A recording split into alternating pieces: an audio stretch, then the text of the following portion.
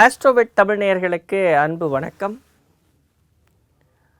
தனுசு ராசி நேயர்களை பொறுத்தவரையில் குரு பகவான் 7ஆம் இடம் என்று சொல்லக்கூடிய களத்திரஸ்தானத்திலிருந்து அக்டோபர் மாதம் 19ஆம் தேதி அன்று 8ஆம் இடம் என்று சொல்லக்கூடிய அஷ்டமஸ்தானத்திற்குள் பெயர்ச்சியாகிறார். அங்கே அவர் வலிமை பெறுகிறார். குரு பகவான் உச்ச நிலை அடைகிறார். அந்த இடத்தில் நவம்பர் மாதம், முக்கியமாக அந்த நவம்பர் மாதம் 12ஆம் தேதி அவர் வக்ரம் பெறுகிறார். டிசம்பர் மாதம் 6ஆம் தேதி அன்று அதே வக்ர நிலையில் அவர் மீண்டும் களத்திரஸ்தானத்திற்குள் வரப்போகிறார். மார்ச் மாதம் 11ஆம் தேதி வரை அவர் வக்ர நிலையிலேயே இருப்பார். பிறகு நேர்கதி அடைவார்.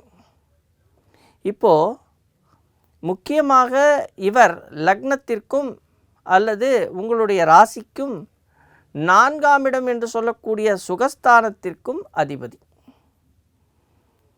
அப்போ இவர் 8ஆம் இடம் என்று சொல்லக்கூடிய அஷ்டமஸ்தானத்திற்குள் போகும் பொழுது நமக்கு நன்மையா தீமையா, அவர் நன்மையை தரப்போகிறாரா அல்லது நமக்கு படிப்பினைகளை அல்லது கஷ்டத்தை கொடுக்க போகிறாரா என்பதை பற்றி தான் நாம் இப்போ பார்க்க போகிறோம்.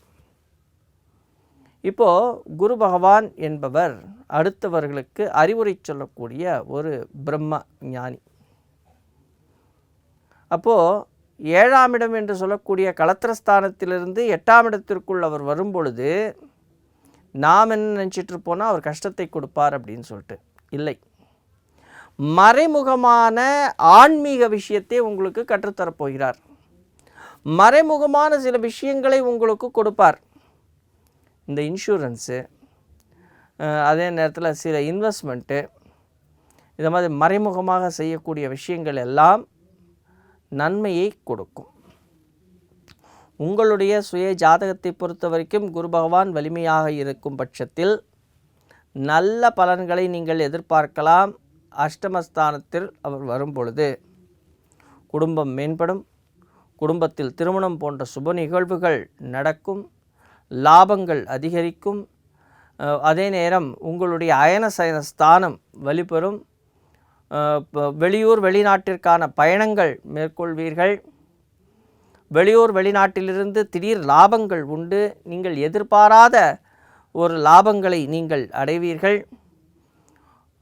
உங்களுடைய கௌரவம், குடும்பத்தில் உங்களுடைய கௌரவம் மேம்படும்.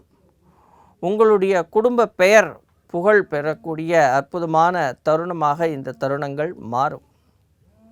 ஆனால் அதே நேரம் உங்களுடைய ஜாதகத்தில் குரு பகவான் சரியான நிலையில் இல்லாமல் இருக்கும் பட்சத்தில் கஷ்டங்கள், அதே நேரத்தில் குடும்பத்தில் இருக்கக்கூடிய சின்ன சின்ன பிரச்சனைகள், குடும்பத்தில் உள்ளவர்களுடன் பிணக்குகள், குடும்பத்தாருடன் சேர்ந்து பயணிக்க முடியாமல் போவது, அந்த அயன சயன சுகம் கிடைக்காமல் இருப்பது, இது போன்ற விஷயங்கள்.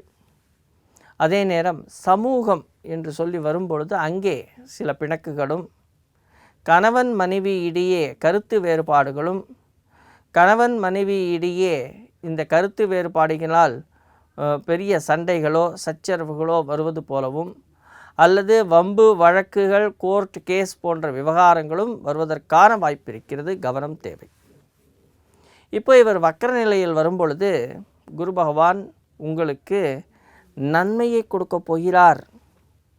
உங்கள் சுய ஜாதகத்தில் குரு பகவான் நன்றாக வீற்றிருந்து இப்பொழுது நடக்கக்கூடிய தசாபுத்தி அந்தரங்கள் உங்களுக்கு நன்றாக இருக்கும் பட்சத்தில் மற்ற கிரகங்களுடைய வலிமைகளையும் சேர்த்து பார்க்கும் பொழுது குரு பகவான் உங்களுக்கு க்ஷேமத்தை கொடுப்பார். திருமணம் போன்ற விஷயங்களில் வெற்றியை கொடுப்பார். சமூகத்தில் நல்ல அந்தஸ்தை கொடுப்பார். சமூகத்தின் மூலமாக உங்களுக்கு மேன்மையை தருவார். தொழிலில் லாபங்களை அடைவதற்கான பெரியவர்களுடைய ஆசியும் அதே நேரத்தில் பெரியவர்களுடைய ஆதரவும் கிடைக்கும். உங்களுடைய நண்பர்கள் வட்டம் விரிவடையும். நண்பர்களால் புகழ் கிடைக்கும். நண்பர்களால் ஆதாயம் கிடைக்கும். நட்பு வட்டத்தின் மூலமாக நீங்கள் வேலை செய்கின்ற இடத்திலோ அல்லது தொழில் செய்கின்ற இடத்திலோ நீங்கள் லாபத்தை பார்ப்பீர்கள். அதே நேரம் உங்களுடைய குரு பகவான் சுய ஜாதகத்தில் நன்றாக இல்லை என்றாலோ, இப்பொழுது நடக்கக்கூடிய தசாபுத்தி அந்தரங்கள் உங்களுக்கு நன்மை இல்லாத பட்சத்திலோ, குரு பகவானினால் 8ஆம் இடம் என்று சொல்லக்கூடிய இடத்திற்கு செல்லும் பொழுது ஆன்மீக விஷயங்களில் நீங்கள் எதிர்பார்த்த பலனை நீங்கள் அடைய முடியாது. உங்கள் பேச்சு திறன் சிறிதளவு பிரச்சனையை கொடுக்கும். உங்கள் பேச்சினாலோ அல்லது உங்கள் செயல்முறையினாலோ உங்களுடைய கௌரவத்திற்கு பாதிப்பு உண்டாகும். வளர்ச்சி தேயக்கூடிய சூழ்நிலைகள் ஏற்படும். கவனம் தேவை. நன்றி, வணக்கம்.